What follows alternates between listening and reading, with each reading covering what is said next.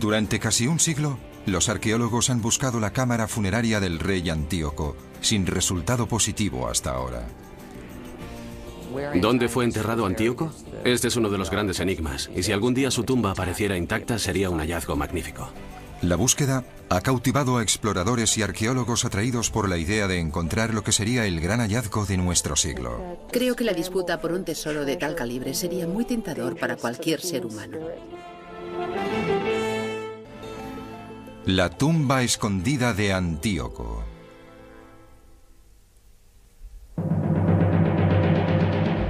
Al pie de una gigantesca pirámide rocosa se hallan desperdigados unos enormes bustos esculpidos, estatuas de animales y relieves tallados en piedra.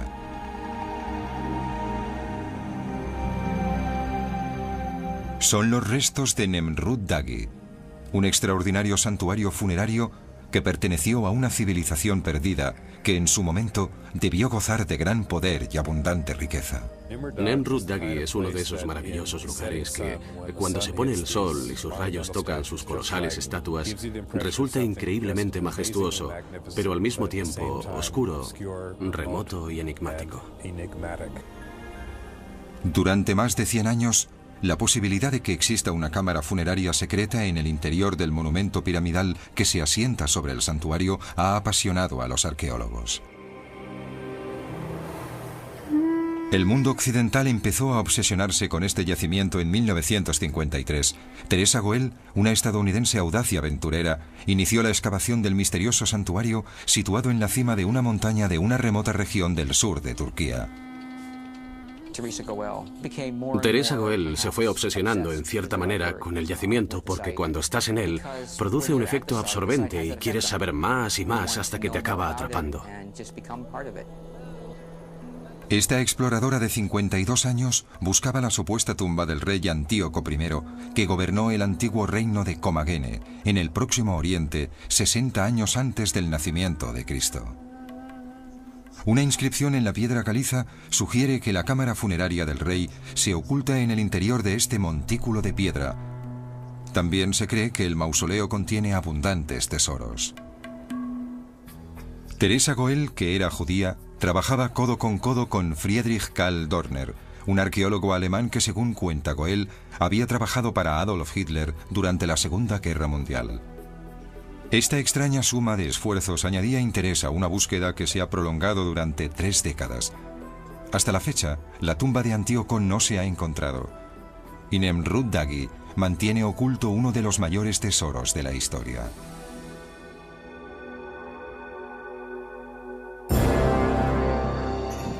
El año 69 a.C., 2 grandes imperios combatían por el control del mundo mediterráneo.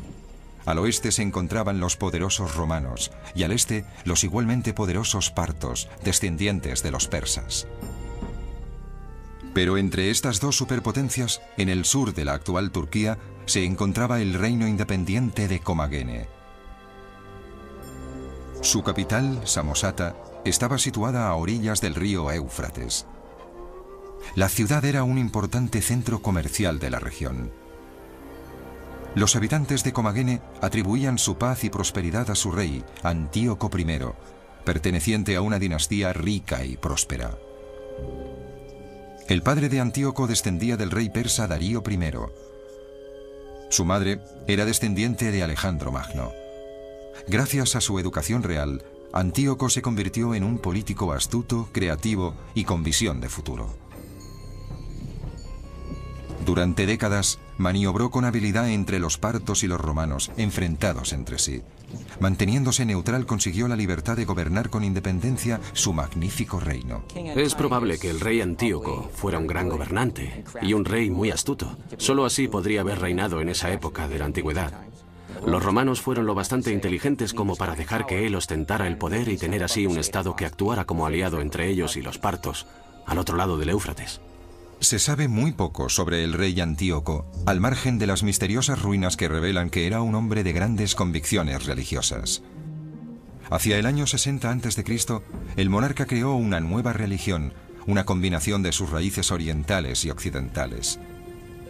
En honor de este culto sagrado, construyó un magnífico santuario que debería albergar en el futuro su sepultura.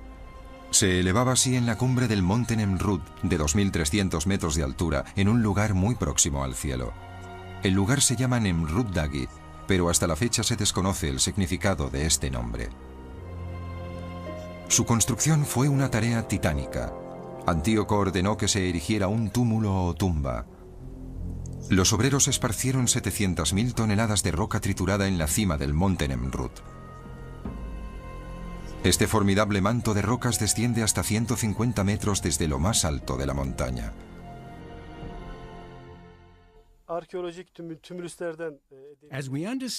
Por lo que sabemos de otros túmulos arqueológicos, los mausoleos se construyen para el noble o el rey y se recubren de arena o esquirlas de piedra.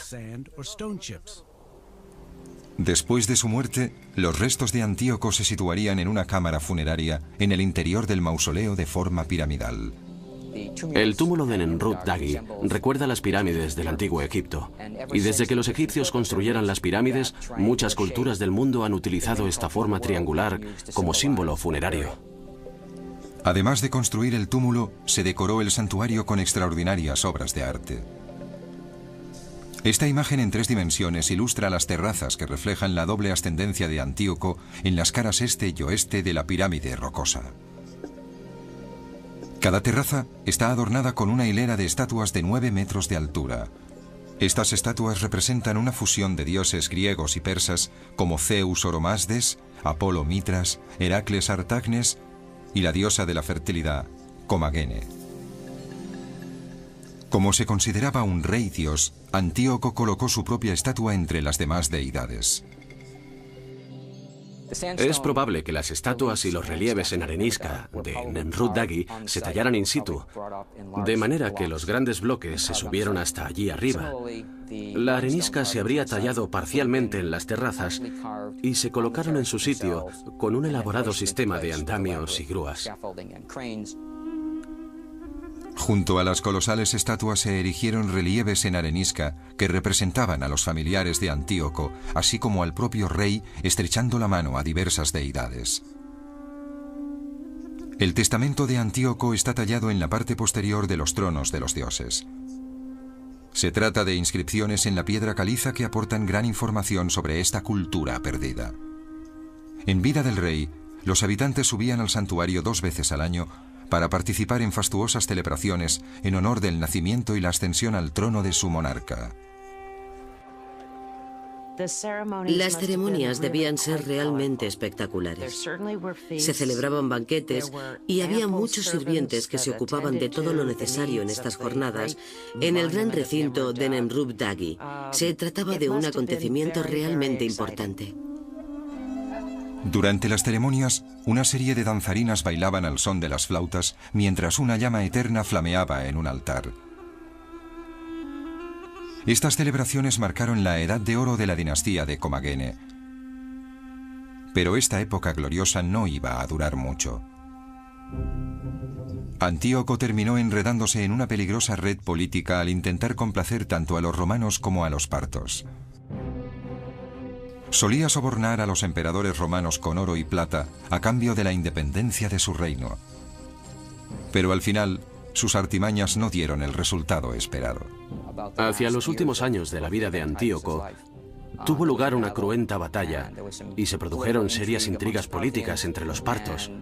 Algunas fuentes creen que Antíoco podría haber sido asesinado como consecuencia de todo ello. Alrededor del año 34 a.C., el rey Antíoco, el gobernante supremo, falleció. La causa de su muerte está envuelta en un halo de misterio. Sabemos que entre los años 30 y 40 a.C. se produjo el asesinato de un gobernante destacado. El texto romano es ambiguo porque utiliza el pronombre él, de modo que no sabemos con certeza a quién se refieren los antiguos escritores romanos. Yo creo que se refieren a Antíoco y que fue él quien murió asesinado. Si Antíoco fue asesinado, ¿qué hicieron los asesinos, seguramente los partos, con su cadáver? Según las inscripciones en Nemrut Dagi, Antíoco está enterrado dentro de su mausoleo piramidal. Ningún texto romano o persa sugiere otra cosa. Muchos suponen que a su muerte el rey fue divinizado y ascendió a los cielos para ocupar su trono celestial mientras sus restos mortales recibían sepultura. En cuanto a la tumba de Antíoco, creo que podemos afirmar que debía ser majestuosa.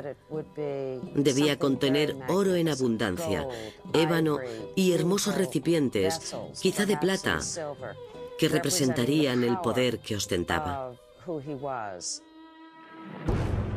Tras la muerte del rey, sus descendientes debieron esforzarse por mantener el esplendor de su reinado, mientras la maquinaria de guerra romana se hacía con un mayor control de Asia Menor. Aproximadamente hacia el año 72 después de Cristo, el pueblo de Comagene perdió el control de su tierra soberana. Los soldados romanos saquearon este pequeño estado y lo anexionaron a la provincia de Siria. La mayoría de palacios y edificios fueron destruidos. Nemrut-Dagi sobrevivió al saqueo, pero permaneció en condiciones de absoluto abandono durante más de 1800 años, de modo que la tumba de Antíoco debió ser presa de los saqueadores. Pero el difunto rey dejó un mensaje agorero a quienes entraran sin autorización en su última morada. Si algún hombre roba o viola la entrada de forma impía, no puede esperar un destino feliz. Así es como en el siglo XIX los exploradores descubrieron el misterioso santuario funerario. No sabemos si se produjo un saqueo o si tal vez jamás estuvo ocupado. Aisladas en la cumbre de una montaña, las ruinas de Nemrut-Dagi nos recuerdan la devastación de una civilización olvidada. Durante casi 2000 años, la naturaleza ha profanado el santuario funerario. Los terremotos, la ferocidad del viento y las tormentas de nieve le desposeyeron de su antigua gloria. Las estatuas colosales cayeron de sus tronos. Sus enormes cabezas rodaron por el terreno y muchos de los relieves se hicieron añicos. Únicamente el túmulo piramidal de piedra sobrevivió a los elementos, algo que parece simbolizar el gran poder del rey, que supuestamente yace sepultado en su interior. Las piedras del túmulo no han dejado de desprenderse, y sin embargo sigue pareciendo que están todas en su sitio. No hay ningún hueco, es muy misterioso. Cuando el anterior reino de Comagene cambió de liderazgo y de religión, el santuario fue abandonado. A finales del siglo XIX, los turcos otomanos dominaban la región. Este pueblo practicaba el Islam y adoraba a un único dios, a diferencia de los antiguos peregrinos de Nemrut-Dagi que veneraban a muchos. De hecho, Nemrut-Dagi siempre fue un lugar conocido, pero lo fue para la población kurda. En Occidente era desconocido. De modo que siempre hubo grupos de nómadas que pasaban el verano en lo alto de la montaña y que descendían a los valles en invierno. A lo largo de un milenio siempre hubo gente que iba y venía por ese sitio. El primer occidental que descubrió este lugar fue Charles Sester, un ingeniero de caminos alemán. En 1881, mientras reconocía la cordillera al sur de Turquía, encontró unas curiosas formaciones rocosas. Su inusual estilo le hizo pensar que había descubierto unas ruinas asirias. Informó de sus hallazgos a la Academia Prusiana de las Ciencias de Berlín. Al principio, la Academia se mostró escéptica sobre cualquier nuevo descubrimiento en la región. Desconfiaban del hallazgo, pues no entendían cómo había podido pasar inadvertido un espacio así durante todo este tiempo. Pero unos cuantos científicos curiosos decidieron comprobar lo que Sester decía. En 1882, Karl Humann y Otto Puchstein exploraron Nemrut-Dagi. Lo que vieron en la cumbre los asombró. Una pirámide de aspecto extraño que descollaba sobre unas ruinas espectaculares. En la cara este del montículo piramidal, una hilera de estatuas decapitadas, salvo una que estaba intacta y que más adelante sería identificada como Comagene, la diosa de la fertilidad. En la cara oeste, lo único que quedaba eran unas enormes cabezas de piedra caliza esparcidas entre figuras de animales y relieves fragmentados. Hicieron un trabajo espléndido al documentar el lugar en medio de unas terribles condiciones climáticas. Fotografiaron muchos de los restos y copiaron todas las inscripciones que pudieron encontrar. Puchstein era epigrafista, un científico especializado en descifrar inscripciones. Detrás de cada terraza descubrió unos largos muros de piedra caliza con caracteres griegos. Puchstein tradujo el nombre del constructor: el gran rey Antíoco, el dios, el recto, la deidad manifiesta. También descifró un pasaje que afirma que la cámara funeraria de Antíoco está escondida bajo el montículo de piedras trituradas. He previsto poner los cimientos de esta sepultura sagrada que está muy próxima al trono celestial, donde la forma exterior afortunadamente conservada de mi persona descansará eternamente. El estilo de las esculturas reveló a Putstein y a Humann que los restos no eran asirios como había creído Sester, sino más bien macedonios o persas. Los científicos averiguaron cómo estaban unidas las estatuas mediante el estudio de los agujeros de los costados de las cabezas de 2 metros de altura esparcidas por el suelo. Después de haberse construido el trono, se habrían hecho unos agujeros en la estatua para trasladarla y depositarla en él. Dicho de otro modo, estos agujeros son los originales. Durante su exploración, Humann y Putstein desenterraron un relieve en arenisca que representaba a un león salpicado de 19 estrellas, 3 planetas y una luna creciente. Descubrieron que era el calendario astronómico griego más antiguo que existía, pero el hecho exacto al que este horóscopo se refería generó debate. ¿Qué significa todo esto? En el horóscopo se menciona la fecha del 7 de julio del año 62 a.C. Para algunos, esa es la fecha de la coronación del rey Antíoco. Para otros, es la fecha de algún tratado de paz. Y también hay quien opina que es la fecha del nacimiento de Antíoco. Pero el equipo alemán efectuó otro descubrimiento todavía más apasionante, otros 2 túmulos reales en la región de Comagene. Uno de ellos se denomina Caracus. Aunque mucho más pequeño y menos adornado que el de Antíoco, se supone que este montículo rocoso albergaría las sepulturas de las mujeres de la familia de Antíoco, su madre, su hermana y su hija. Seson es otro túmulo pequeño. Se cree que en este montículo de roca triturada reposan su hijo y su esposa. Sin embargo, no se han encontrado restos humanos en ninguno de estos sitios. No sabemos si se produjo un saqueo o si en realidad este lugar nunca se utilizó como enterramiento. Las cámaras están vacías, de manera que no tenemos modo de saberlo, porque no quedó nada en ellas que nos indique si alguna vez hubo algo dentro. La expedición de Humann y de Putstein provocó que el gobierno otomano enviara su propio equipo a Nemrut Dagi en 1883. Los exploradores alemanes y turcos coincidieron en que Nemrut Dagi era un antiguo reino con influencias de Grecia y del Próximo Oriente. Pero una nueva inspección reveló la dificultad de buscar la cámara funeraria bajo el precario montículo de piedras. No es fácil abrir el túmulo. Si se mueve una esquirla de piedra,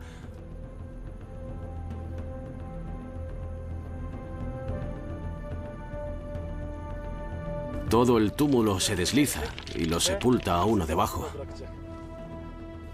Al final, la falta de interés y de financiación motivaron que el santuario fuera abandonado de nuevo, por lo menos hasta la segunda mitad del siglo XX. Fue entonces cuando una arqueóloga estadounidense retomó la búsqueda de la cámara funeraria de Antíoco. Cuantas más cosas descubría sobre Antíoco, más convencida estaba Goel de que este lugar maravilloso y austero a un tiempo no podía ser otro que la tumba del rey. Corría el año 1953. Teresa Goel, una arqueóloga estadounidense, inició en solitario una ambiciosa expedición. Quería desentrañar los misterios que rodeaban a Nemrut Dagi y encontrar la tumba del rey Antíoco. Esta licenciada en arquitectura de Nueva York empezó a interesarse por este espectacular lugar cuando estudiaba arqueología en la New York University en la década de los años 30. En 1946, después de la Segunda Guerra Mundial, Goel fue a Turquía para excavar el antiguo yacimiento de Tarso. Pero anhelaba visitar el poco explorado yacimiento de Nemrut Dagi. A principios de los 50, Goel solicitó permiso al Ministerio de Cultura turco para poder iniciar las excavaciones que debían llevarle hasta la tumba de Antíoco. Enseguida se dio cuenta de que los anteriores expertos habían sido injustos con Antíoco y Nemrut Dagi y se propuso realizar una reivindicación del monarca y su reino. Pero Goel no estaba licenciada en arqueología y se sentía algo insegura de su posición frente a los arqueólogos más prestigiosos del mundo. Así que pensó que este podría ser el camino para que sus colegas la aceptaran. Goel no parecía reunir las condiciones para llevar a cabo una excavación en aquella desolada región musulmana. con 52 años, se estaba quedando sorda y tenía problemas crónicos en los pies. Aún así, su decisión de excavar era implacable. Podría decirse que mi tía Tess era única. No he conocido a nadie como ella. Era distinta de las demás mujeres de su generación. Todo en ella era diferente, su forma de vestir y de hablar. Estudió en Radcliffe en una época en la que todas las demás mujeres eran educadas para ser esposas ejemplares. De hecho, en 1923, sus padres, judíos ortodoxos estrictos, le concertaron un matrimonio con Cyrus Leventhal, hijo de un rabino. Tuvieron un hijo llamado Jay, pero el matrimonio resultó un fracaso. Me di cuenta de que mi vida era una situación de continua itinerancia. Por eso mi matrimonio no tenía ningún futuro. Es una suerte que haya muchas esposas ejemplares en el mundo. No sería bueno que la sociedad tuviera que depender de personas como yo. El matrimonio era un impedimento para lo que Goel pretendía llevar a cabo. Apartó de su vida todo lo que suponía una interferencia. Todas las distracciones externas, incluido su hijo, al que dejó al cuidado de su hermana mayor. El camino poco convencional de Goel la condujo a la primera de sus muchas expediciones a Nemrut Dagi. En otoño de 1953 llegó a la antigua ciudad de Estambul, un bullicioso puerto comercial que conecta a Europa con Oriente. Tomó un autobús destartalado hacia el sur y se convirtió en la primera mujer occidental que entró en la región musulmana de Anatolia. Ahí efectuó el recorrido hacia la cumbre del monte Nemrut en Mula. Llegó exhausta a la cima, pero lo que allí vio fue suficiente para una reanimación inmediata.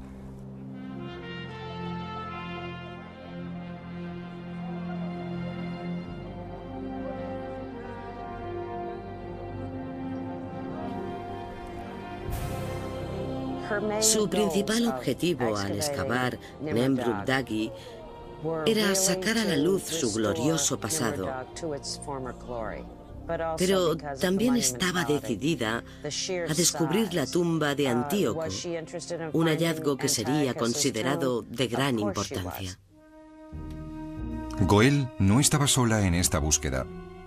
Friedrich Karl Dorner, un alemán especialista en textos antiguos, también había solicitado el permiso para excavar en Nemrut Dagi. Este epigrafista de 42 años estaba interesado en estudiar las inscripciones de Antíoco relacionadas con la historia de su dinastía. Goel estaba tan interesada en la historia como en la disposición arquitectónica del lugar. Y para ambos, el hallazgo de la tumba se había convertido en una auténtica obsesión. Las autoridades turcas habían concedido el permiso a los que debían trabajar en el mismo lugar conjuntamente, y eso pareció funcionar muy bien al principio. Acordaron que Goel sería la directora de las excavaciones y que Dorner sería su epigrafista. Dorner iba y hacía su trabajo, y después Tessie iba y hacía el suyo. Evitaban así coincidir en el lugar en la medida de lo posible. Los dos mantenían una rivalidad que podría calificarse de amistosa, a pesar de sus evidentes diferencias. Goel era judía ortodoxa y, según ella, Dorner había trabajado supuestamente para Hitler durante la Segunda Guerra Mundial. Friedrich Karl Dorner tenía una personalidad muy fuerte y era bastante contradictorio. Mi padre lo describía como una persona que había trabajado como criptógrafo para los nazis durante la guerra, pero era un profesional excelente. Era la persona más capacitada para leer lo que estaba escrito en esos muros. A pesar de la abierta competitividad, lograron trabajar juntos, ya que Goel se concentró en el yacimiento. Entabló amistad con los campesinos kurdos locales que la ayudaban en la excavación. Se adaptó enseguida a las costumbres musulmanas, hablaba turco y kurdo con fluidez y se ganó el respeto de su equipo formado solo por hombres. Los rituales sociales y religiosos de este lugar son muy complicados. Las mujeres no se arremangan por encima de los codos ni aparecen con el cabello descubierto. Intento actuar siempre con mucho cuidado para no ofender su sensibilidad. Una de las cosas que recuerdo muy bien es su interés por dar atención médica a la gente cercana a Nemrut Dagi. Acudían a ella con alguna infección, les cuidaba y les daba penicilina, y eso era un milagro para ellos. La zona estaba muy aislada en aquella época. Kermit, el hermano de Goel, la acompañó a las excavaciones equipado con una cámara de 16 milímetros. Captó estas excepcionales imágenes del yacimiento. La cumbre era árida y seca. El agua era transportada por mulas desde una fuente que se encontraba situada a más de hora y media de distancia. La higiene no era muy frecuente y el agua estaba helada. Se enfrentaba sola a un entorno hostil. Debió de ser una mujer excepcional para trabajar y resistir en esas condiciones, en unas circunstancias tan difíciles, un espacio tan árido y desolado. Goel y su equipo dormían en tiendas de campaña muy frágiles que apenas los protegían de los fuertes vientos y de las gélidas temperaturas nocturnas. A pesar de la dureza de las condiciones ambientales, Goel no dejaba de alentar a su equipo, ocupándose de proporcionarles una buena alimentación y algún que otro detalle. Llevaba consigo un aparato para hacer helados, chocolate y confites, y cuando notaba que la tensión aumentaba entre los miembros del equipo en el yacimiento, le pedía a su hermano Kermit que fuera a buscar un poco de hielo. Cuando ella decía esto, todos sabían que se trataba de un momento de dificultad. Sabían que debían templar los ánimos. Era ella la primera que se anticipaba con su actitud a crear un ambiente relajado y... Gracias a su generosidad, el equipo kurdo la ayudaba con entusiasmo a resolver los misterios que rodeaban al santuario que se elevaba sobre sus pueblos. Goel quería descubrir quiénes eran estos dioses y por qué Antíoco los veneraba.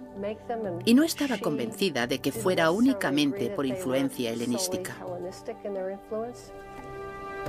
El equipo recuperó las cabezas esculpidas de las estatuas y volvió a unir los relieves que habían estado expuestos a las duras condiciones climatológicas durante más de 2000 años. Durante el proceso, Goel descubrió que la dinastía de Antíoco no solo había recibido las influencias de las culturas helenística y persa, sino también de las culturas indígenas de la región, en concreto de los antiguos hititas, que tuvieron su esplendor en el siglo XII a.C. Esto explica el estilo excepcional de las esculturas y aporta datos muy valiosos sobre el yacimiento funerario. Cuantas más cosas descubría Goel sobre Antíoco, más convencida estaba de que este maravilloso y austero paisaje debía ser su tumba. A continuación veremos cómo se usaron las técnicas de exploración más sofisticadas de su época para encontrar la tumba. Es imposible acceder a esa cámara sin destruir el yacimiento. La obsesión de Teresa Goel por encontrar la tumba de Antíoco solo era equiparable a la de su colega Friedrich Karl Dorner. En público mantenían una relación profesional, pero no sabemos lo que pensaban y sentían entre ellos en privado. Se ha dicho que Teresa estaba enamorada de Karl Dorner, y este sentimiento podría resultar más bien conflictivo, porque ella era judía y él alemán. Y es posible que, además, hubiese pertenecido al partido nazi. Es probable que ella tuviera la sospecha de que él había estado afiliado a dicho partido.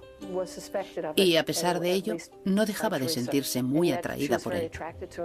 De modo que ahí estaban, en la cima de la montaña, un lugar donde debía fluir el amor y el odio a un tiempo, y también una creciente rivalidad por el descubrimiento de la tumba de Antíoco. La competitividad entre ambos se fue intensificando con los años. Entre 1953 y 1961, Goel hizo 6 viajes a Nemrut Dagi. Estudió y registró las esculturas. También empezó a excavar para encontrar la cámara funeraria de Antíoco. No existe un acceso evidente. Teresa Goel realizó la excavación basándose en el lugar donde se encontraban las cámaras funerarias de otros túmulos reales de Comagene. El descubrimiento en el siglo XIX de los otros 2 túmulos, el de Caracus y el de Sesson, le hizo ser optimista sobre el hallazgo de los restos en Nemrut, a pesar de que estos túmulos se encontraron vacíos. Fue así como empezó a enviar equipos para buscar posibles puntos en los que excavar. Construyeron protecciones de madera para evitar que las piedras cayeran, a pesar de que caían igualmente. Después, utilizaron un equipo sísmico italiano que efectuaba pequeñas cargas de dinamita para captar ecos de lo que llamaban anomalías y que, según tengo entendido, también causaron algunos desperfectos. Durante los años en que Goel abrió túneles para encontrar la tumba escondida, se produjo un pequeño desastre en el santuario. La cabeza de la diosa Comagene, la única estatua que permanecía intacta, se desprendió del torso. Según los más supersticiosos, el espíritu de Antíoco había regresado para maldecir a quienes habían intentado profanar su tumba. Se han escuchado todo tipo de interpretaciones, desde que fue un acto de los dioses hasta que fue por culpa de la dinamita. De todas ellas, la explicación más plausible es que la estatua se fragmentó debido a uno de los terremotos todavía bastante frecuentes en la zona, o que la alcanzó un rayo. Goel no mencionó el incidente en sus cartas, y el episodio no fue un impedimento para su obsesiva búsqueda de la cámara funeraria de Antíoco. En los años 60, Nemrut Dagi ya no estaba relegado a las notas a pie de página de los libros de arqueología. Teresa Goel llevaba trabajando en la cima de la montaña 8 años. Convertía la búsqueda de la cámara funeraria de Antíoco en algo tan importante como los descubrimientos de las tumbas de los grandes faraones de Egipto. Periódicos y revistas internacionales informaron sobre su apasionante búsqueda. La publicidad sirvió para la aportación de fondos económicos al yacimiento.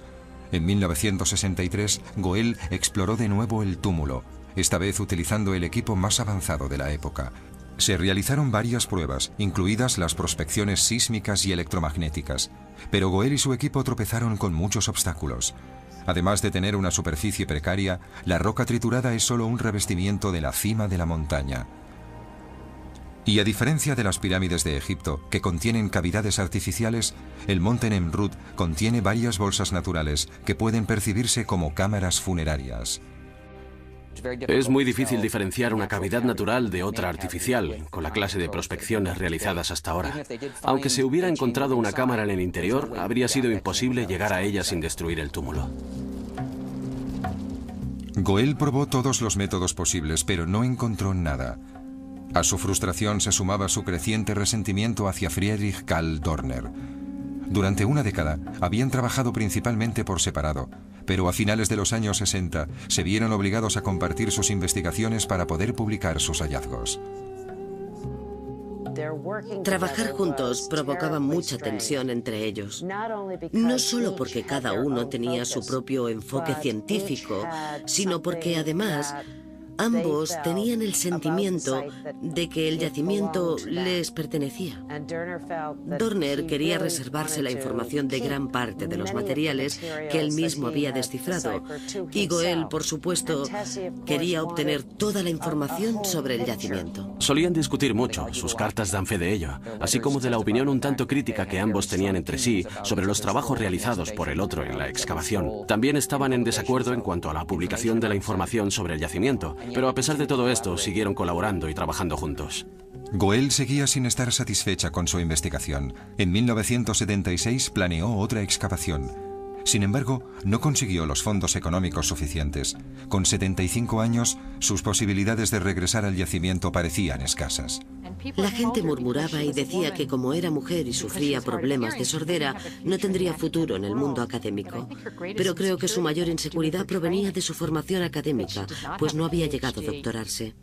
Goel había lidiado todo tipo de tormentas en la cima del monte Nemrut, pero en este caso se enfrentaba con otro obstáculo. No había finalizado el doctorado en arqueología. Esto la torturaba y hacía que se sintiera insegura a la hora de publicar sus hallazgos. Aunque había escrito artículos breves sobre el yacimiento a lo largo de todos estos años, tenía que redactar un informe final que sería juzgado por un público académico muy crítico. Había profundizado mucho en el estudio de Comakene y en su región, y su interés por el yacimiento la llevó a seguir adelante durante años, pero jamás creyó tener información suficiente sobre el yacimiento.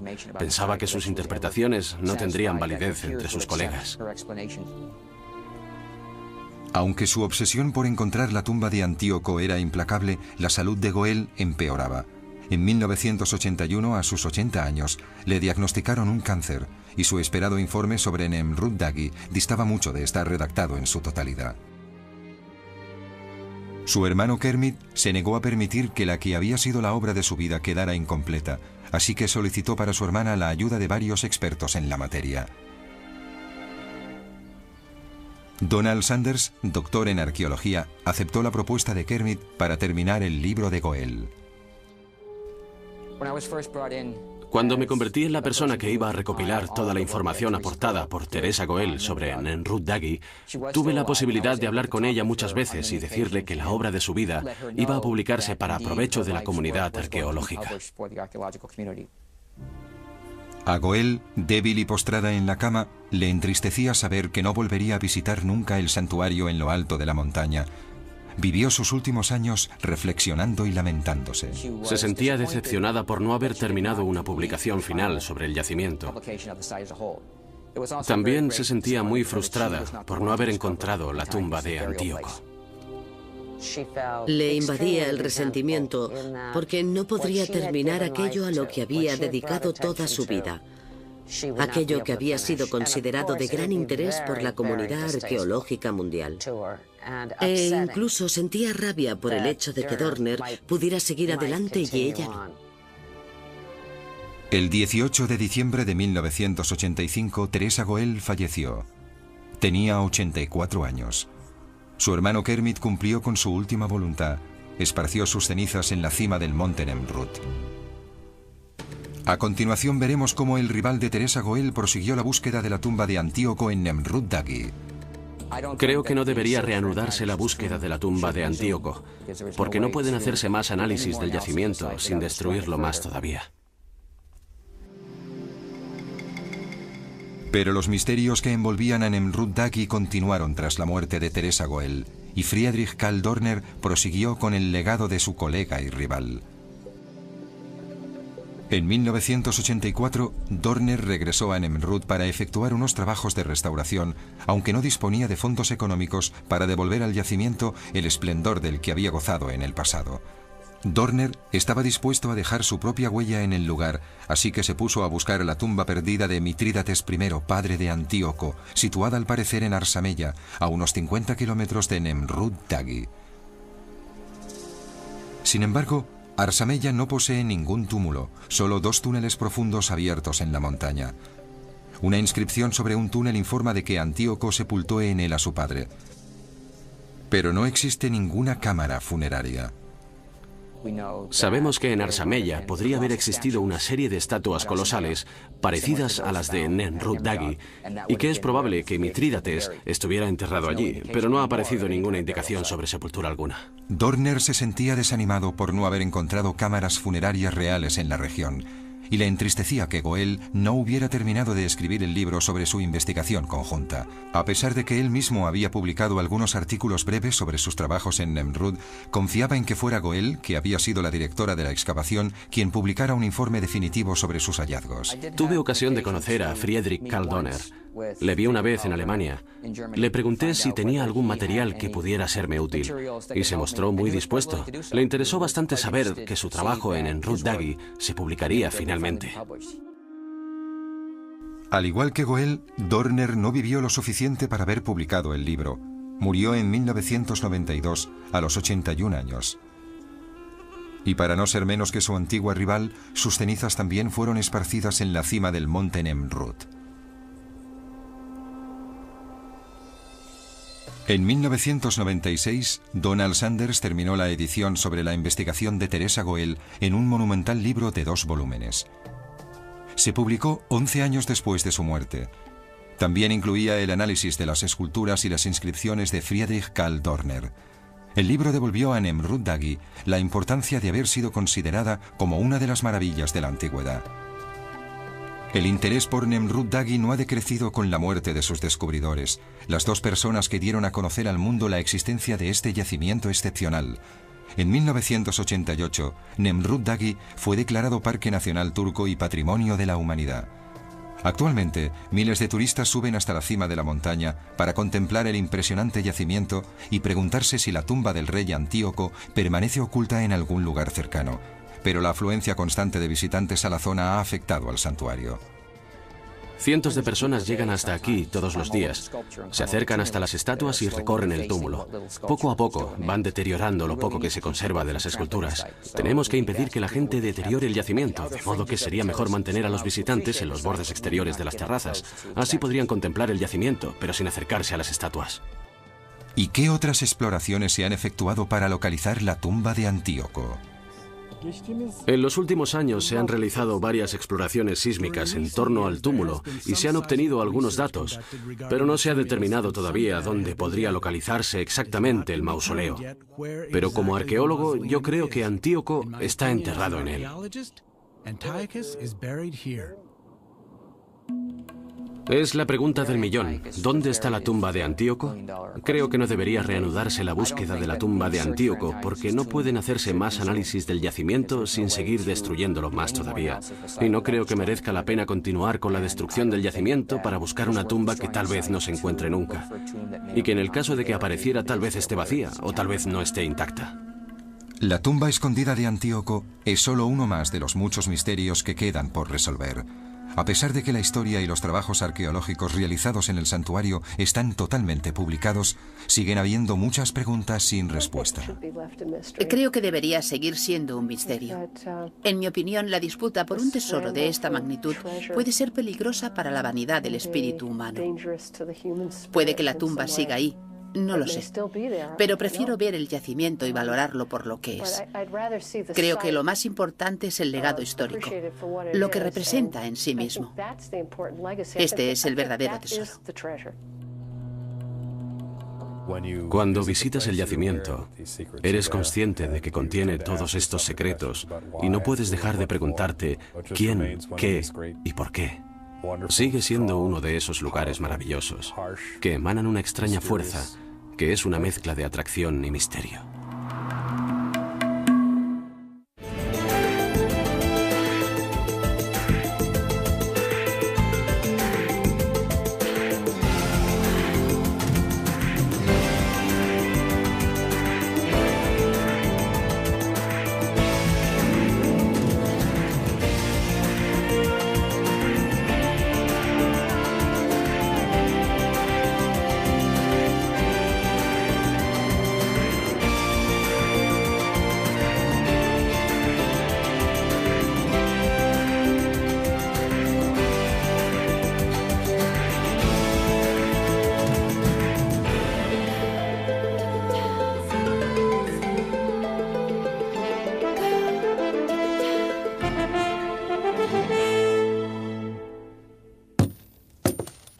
De Egipto, que contienen cavidades artificiales, el monte Nemrut contiene varias bolsas naturales que pueden percibirse como cámaras funerarias. Es muy difícil diferenciar una cavidad natural de otra artificial, con la clase de prospecciones realizadas hasta ahora. Aunque se hubiera encontrado una cámara en el interior, habría sido imposible llegar a ella sin destruir el túmulo. Goel probó todos los métodos posibles, pero no encontró nada. A su frustración se sumaba su creciente resentimiento hacia Friedrich Karl Dorner. Durante una década habían trabajado principalmente por separado, pero a finales de los años 60 se vieron obligados a compartir sus investigaciones para poder publicar sus hallazgos.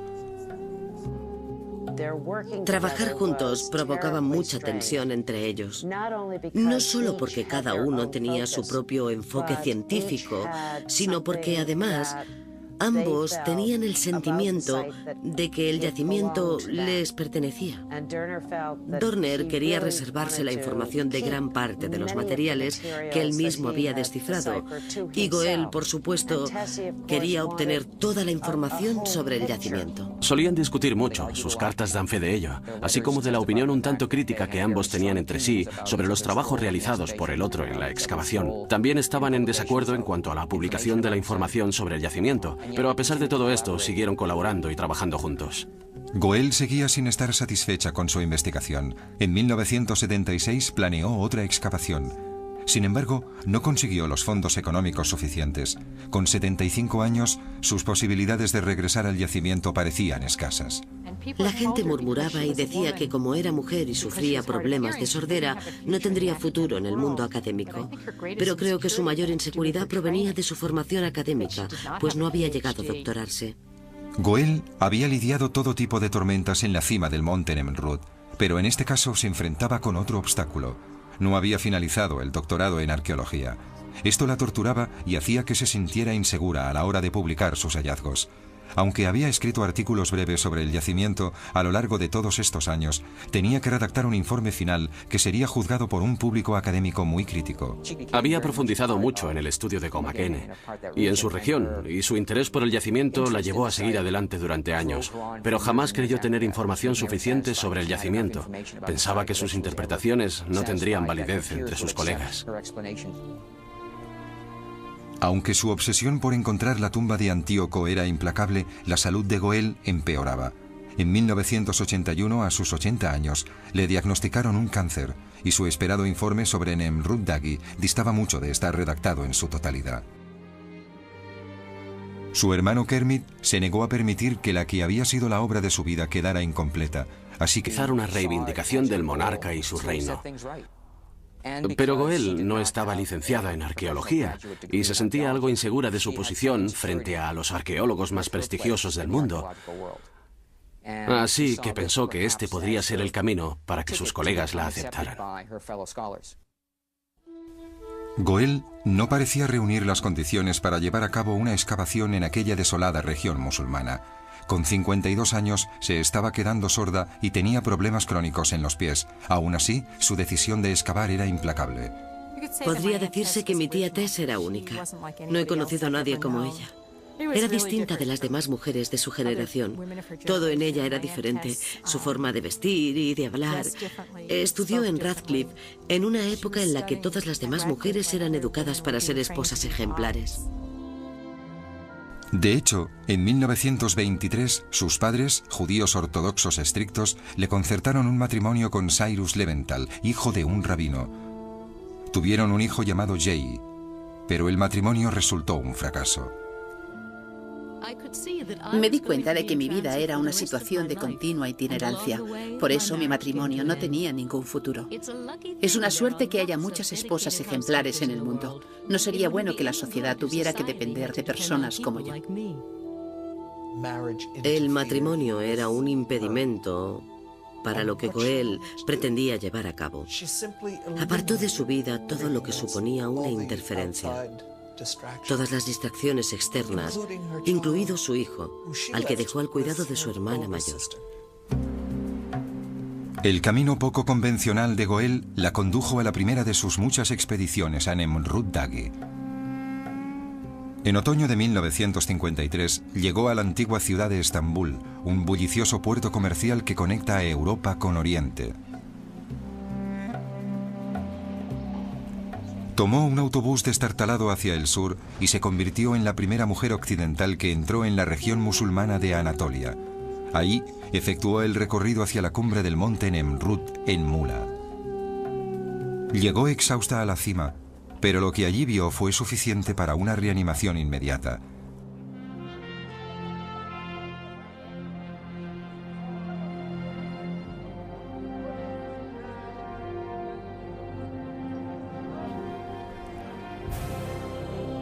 Su principal objetivo al excavar Nemrut Dagi era sacar a la luz su glorioso pasado,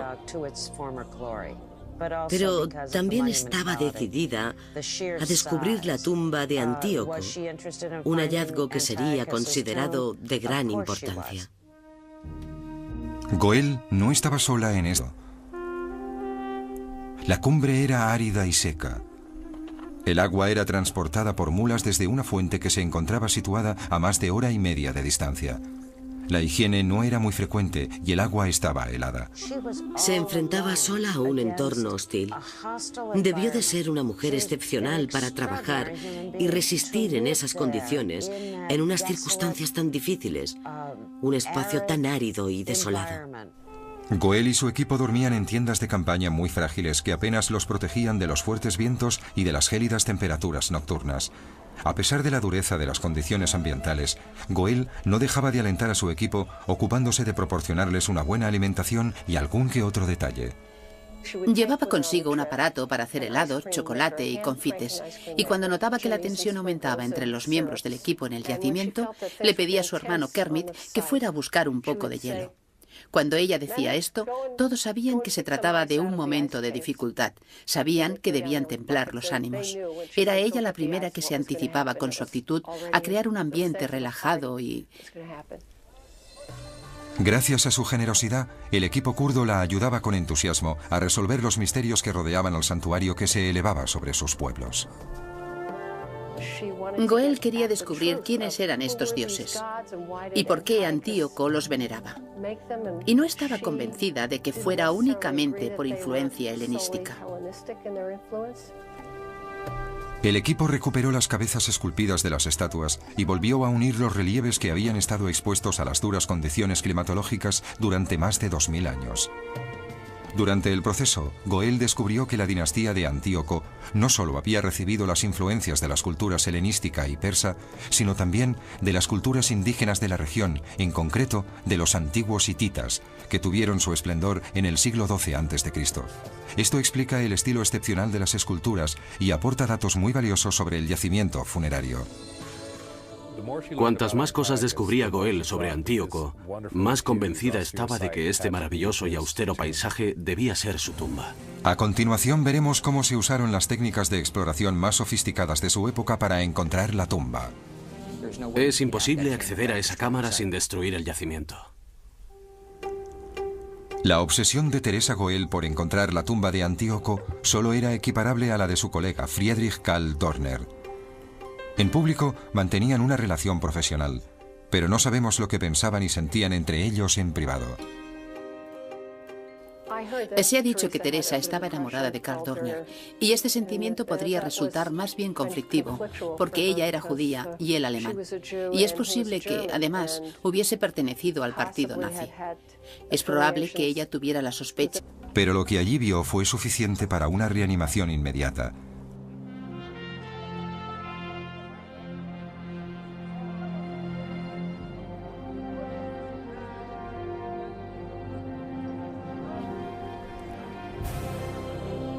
Su principal objetivo al excavar Nemrut Dagi era sacar a la luz su glorioso pasado, pero también estaba decidida a descubrir la tumba de Antíoco, un hallazgo que sería considerado de gran importancia. Goel no estaba sola en esta búsqueda. Friedrich Karl Dorner, un alemán especialista en textos antiguos, también había solicitado el permiso para excavar en Nemrut Dagi. Este epigrafista de 42 años estaba interesado en estudiar las inscripciones de Antíoco relacionadas con la historia de su dinastía. Goel estaba tan interesada en la historia como en la disposición arquitectónica del lugar. Y para ambos, el hallazgo de la tumba se había convertido en una auténtica obsesión.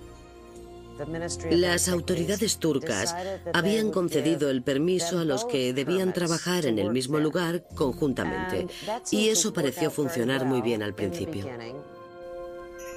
Acordaron que Goel sería la directora de las excavaciones y que Dorner sería su epigrafista.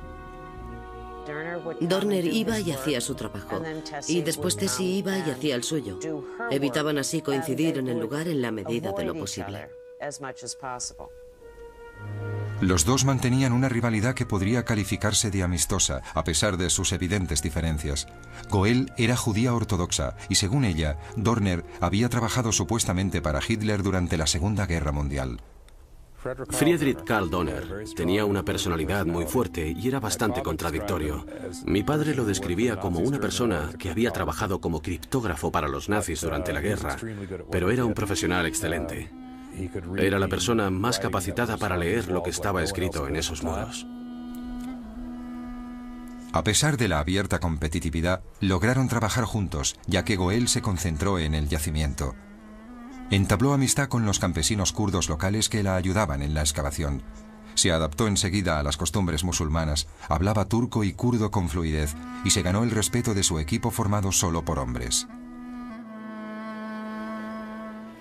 Los rituales sociales y religiosos de este lugar son muy complicados. Las mujeres no se arremangan por encima de los codos ni aparecen con el cabello descubierto. Intento actuar siempre con mucho cuidado para no ofender su sensibilidad. Una de las cosas que recuerdo muy bien es su interés por dar atención médica a la gente cercana a Nemrut Dagi. Acudían a ella con alguna infección. Les cuidaba y les daba de estatuas de 9 metros de altura. Estas estatuas representan una fusión de dioses griegos y persas como Zeus Oromasdes, Apolo Mitras, Heracles Artagnes y la diosa de la fertilidad, Comagene. Como se consideraba un rey dios, Antíoco colocó su propia estatua entre las demás deidades. Es probable que las estatuas y los relieves en arenisca de Nemrut Dagi se tallaran in situ, de manera que los grandes bloques se subieron hasta allí arriba. La arenisca se habría tallado parcialmente en las terrazas y se colocaron en su sitio con un elaborado sistema de andamios y grúas.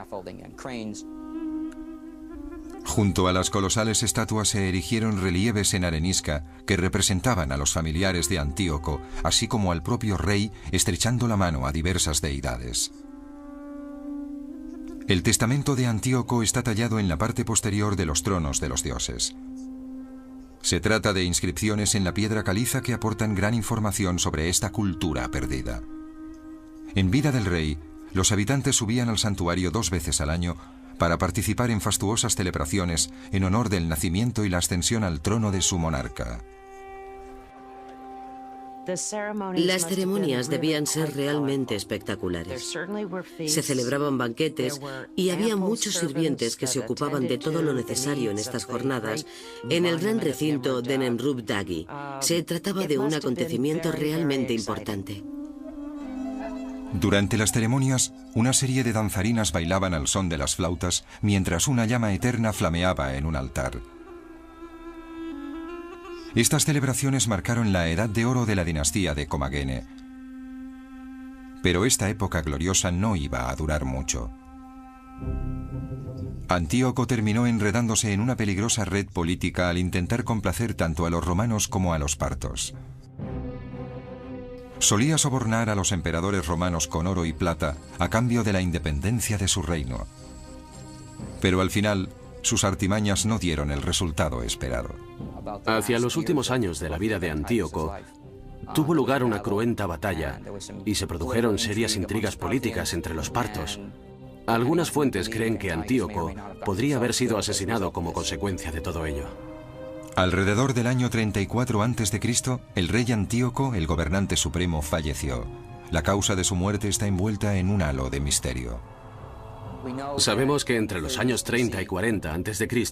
se produjo el asesinato de un gobernante destacado.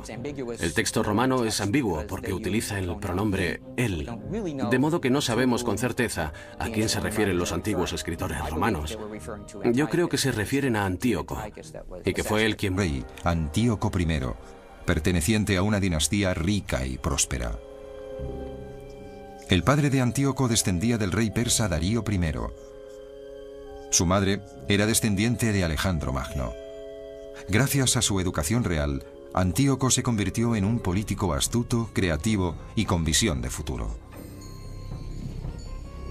Durante décadas, maniobró con habilidad entre los partos y los romanos, enfrentados entre sí. Manteniéndose neutral, consiguió la libertad de gobernar con independencia su magnífico reino. Es probable que el rey Antíoco fuera un gran gobernante y un rey muy astuto. Solo así podría haber reinado en esa época de la antigüedad. Los romanos fueron lo bastante inteligentes como para dejar que él ostentara el poder y tener así un estado que actuara como aliado entre ellos y los partos, al otro lado del Éufrates. Se sabe muy poco sobre el rey Antíoco, al margen de las misteriosas ruinas que revelan que era un hombre de grandes convicciones religiosas. Hacia el año 60 a.C., el monarca creó una nueva religión, una combinación de sus raíces orientales y occidentales. En honor de este culto sagrado, construyó un magnífico santuario que debería albergar en el futuro su sepultura. Se elevaba así en la cumbre del monte Nemrut, de 2.300 metros de altura, en un lugar muy próximo al cielo. El lugar se llama Nemrut Dagi, pero hasta la fecha se desconoce el significado de este nombre. Su construcción fue una tarea titánica. Antíoco ordenó que se erigiera un túmulo o tumba. Los obreros esparcieron 700.000 toneladas de roca triturada en la cima del monte Nemrut. Este formidable manto de rocas desciende hasta 150 metros desde lo más alto de la montaña.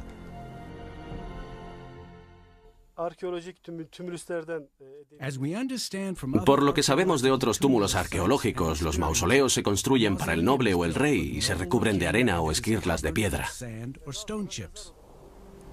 Después de su muerte, los restos de Antíoco se situarían en una cámara funeraria en el interior del mausoleo de forma piramidal. El túmulo de Nemrut Dagi recuerda las pirámides del antiguo Egipto. Y desde que los egipcios construyeran las pirámides, muchas culturas del mundo han utilizado esta forma triangular como símbolo funerario. Además de construir el túmulo, se decoró el santuario con extraordinarias obras de arte. Esta imagen en 3 dimensiones ilustra las terrazas que reflejan la doble ascendencia de Antíoco en las caras este y oeste de la pirámide rocosa. Cada terraza está adornada con una hilera de estatuas de 9 metros de altura. Estas estatuas representan una fusión de dioses griegos y persas como Zeus Oromasdes, Apolo Mitras, Heracles Artagnes y la diosa de la fertilidad, Comagene. Ejemplares. De hecho, en 1923, sus padres, judíos ortodoxos estrictos, le concertaron un matrimonio con Cyrus Leventhal, hijo de un rabino. Tuvieron un hijo llamado Jay, pero el matrimonio resultó un fracaso. Me di cuenta de que mi vida era una situación de continua itinerancia. Por eso mi matrimonio no tenía ningún futuro. Es una suerte que haya muchas esposas ejemplares en el mundo. No sería bueno que la sociedad tuviera que depender de personas como yo. El matrimonio era un impedimento para lo que Goel pretendía llevar a cabo. Apartó de su vida todo lo que suponía una interferencia. Todas las distracciones externas, incluido su hijo, al que dejó al cuidado de su hermana mayor. El camino poco convencional de Goel la condujo a la primera de sus muchas expediciones a Nemrut Dagi. En otoño de 1953 llegó a la antigua ciudad de Estambul, un bullicioso puerto comercial que conecta a Europa con Oriente. Tomó un autobús destartalado hacia el sur y se convirtió en la primera mujer occidental que entró en la región musulmana de Anatolia. Ahí efectuó el recorrido hacia la cumbre del monte Nemrut en mula. Llegó exhausta a la cima, pero lo que allí vio fue suficiente para una reanimación inmediata.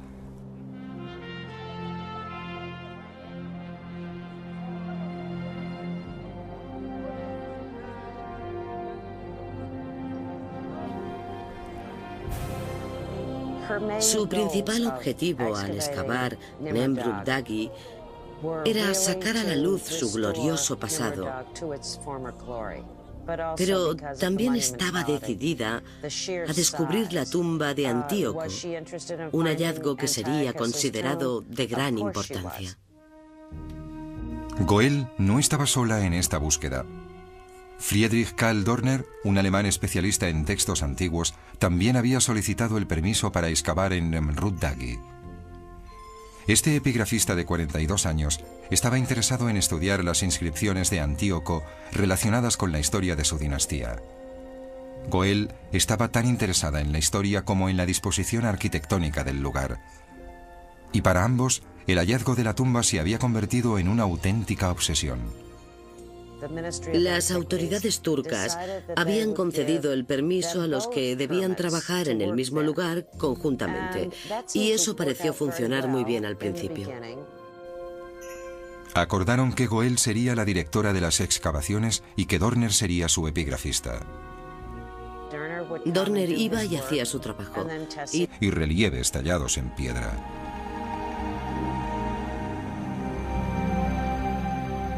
Son los restos de Nemrut Dagi, un extraordinario santuario funerario que perteneció a una civilización perdida que en su momento debió gozar de gran poder y abundante riqueza. Nemrut Dagi es uno de esos maravillosos lugares que, cuando se pone el sol y sus rayos tocan sus colosales estatuas, resulta increíblemente majestuoso, pero al mismo tiempo oscuro, remoto y enigmático. Durante más de 100 años, la posibilidad de que exista una cámara funeraria secreta en el interior del monumento piramidal que se asienta sobre el santuario ha apasionado a los arqueólogos. El mundo occidental empezó a obsesionarse con este yacimiento en 1953. Teresa Goel, una estadounidense audaz y aventurera, inició la excavación del misterioso santuario situado en la cima de una montaña de una remota región del sur de Turquía. Teresa Goel se fue obsesionando en cierta manera con el yacimiento porque cuando estás en él produce un efecto absorbente y quieres saber más y más hasta que te acaba atrapando. Esta exploradora de 52 años buscaba la supuesta tumba del rey Antíoco I, que gobernó el antiguo reino de Comagene, en el Próximo Oriente, 60 años antes del nacimiento de Cristo. Una inscripción en la piedra caliza sugiere que la cámara funeraria del rey se oculta en el interior de este montículo de piedra. También se cree que el mausoleo contiene abundantes tesoros. Teresa Goel, que era judía, trabajaba codo con Friedrich Karl Dorner, un arqueólogo alemán que, según cuenta Goel, había trabajado para Adolf Hitler durante la Segunda Guerra Mundial. Esta extraña suma de esfuerzos añadía interés a una búsqueda que se ha prolongado durante 3 décadas. Hasta la fecha, la tumba de Antíoco no se ha encontrado. Y Nemrut Dagi mantiene oculto uno de los mayores tesoros de la historia.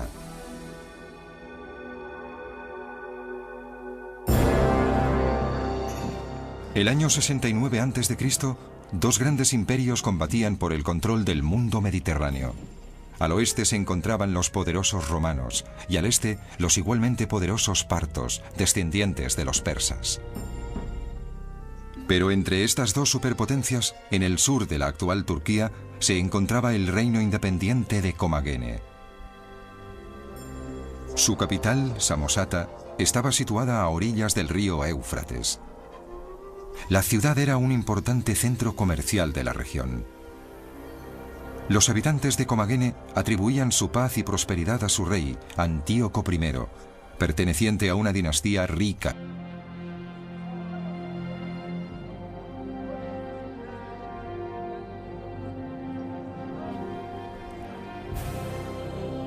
Su principal objetivo al excavar Nemrut Dagi era sacar a la luz su glorioso pasado, pero también estaba decidida a descubrir la tumba de Antíoco, un hallazgo que sería considerado de gran importancia. Goel no estaba sola en esta búsqueda. Friedrich Karl Dorner, un alemán especialista en textos antiguos, también había solicitado el permiso para excavar en Nemrut Dagi. Este epigrafista de 42 años estaba interesado en estudiar las inscripciones de Antíoco relacionadas con la historia de su dinastía. Goel estaba tan interesada en la historia como en la disposición arquitectónica del lugar. Y para ambos, el hallazgo de la tumba se había convertido en una auténtica obsesión. Las autoridades turcas habían concedido el permiso a los que debían trabajar en el mismo lugar conjuntamente, y eso pareció funcionar muy bien al principio. Acordaron que Goel sería la directora de las excavaciones y que Dorner sería su epigrafista. Dorner iba y hacía su trabajo, y después Tessie iba y hacía el suyo. Evitaban así coincidir en el lugar en la medida de lo posible. Los dos mantenían una rivalidad que podría calificarse de amistosa, a pesar de sus evidentes diferencias. Goel era judía ortodoxa y, según ella, Dorner había trabajado supuestamente para Hitler durante la Segunda Guerra Mundial. Friedrich Karl Dorner tenía una personalidad muy fuerte y era bastante contradictorio. Mi padre lo describía como una persona que había trabajado como criptógrafo para los nazis durante la guerra, pero era un profesional excelente. Era la persona más capacitada para leer lo que estaba escrito en esos muros. A pesar de la abierta competitividad, lograron trabajar juntos, ya que Goel se concentró en el yacimiento. Entabló amistad con los campesinos kurdos locales que la ayudaban en la excavación. Se adaptó enseguida a las costumbres musulmanas, hablaba turco y kurdo con fluidez y se ganó el respeto de su equipo formado solo por hombres. Los rituales sociales y religiosos de este lugar son muy complicados. Las mujeres no se arremangan por encima de los codos ni aparecen con el cabello descubierto. Intento actuar siempre con mucho cuidado para no ofender su sensibilidad. Una de las cosas que recuerdo muy bien es su interés por dar atención médica a la gente cercana a Nemrut Dagi. Acudían a ella con alguna infección, les cuidaba y les daba penicilina, y eso era un milagro para ellos. La zona estaba muy aislada en aquella época. Para encontrar la tumba. Es imposible acceder a esa cámara sin destruir el yacimiento. La obsesión de Teresa Goel por encontrar la tumba de Antíoco solo era equiparable a la de su colega Friedrich Karl Dorner. En público mantenían una relación profesional, pero no sabemos lo que pensaban y sentían entre ellos en privado. Se ha dicho que Teresa estaba enamorada de Karl Dorner, y este sentimiento podría resultar más bien conflictivo, porque ella era judía y él alemán. Y es posible que, además, hubiese pertenecido al partido nazi. Es probable que ella tuviera la sospecha de que él había estado afiliado a dicho partido. Y a pesar de ello, no dejaba de sentirse muy atraída por él.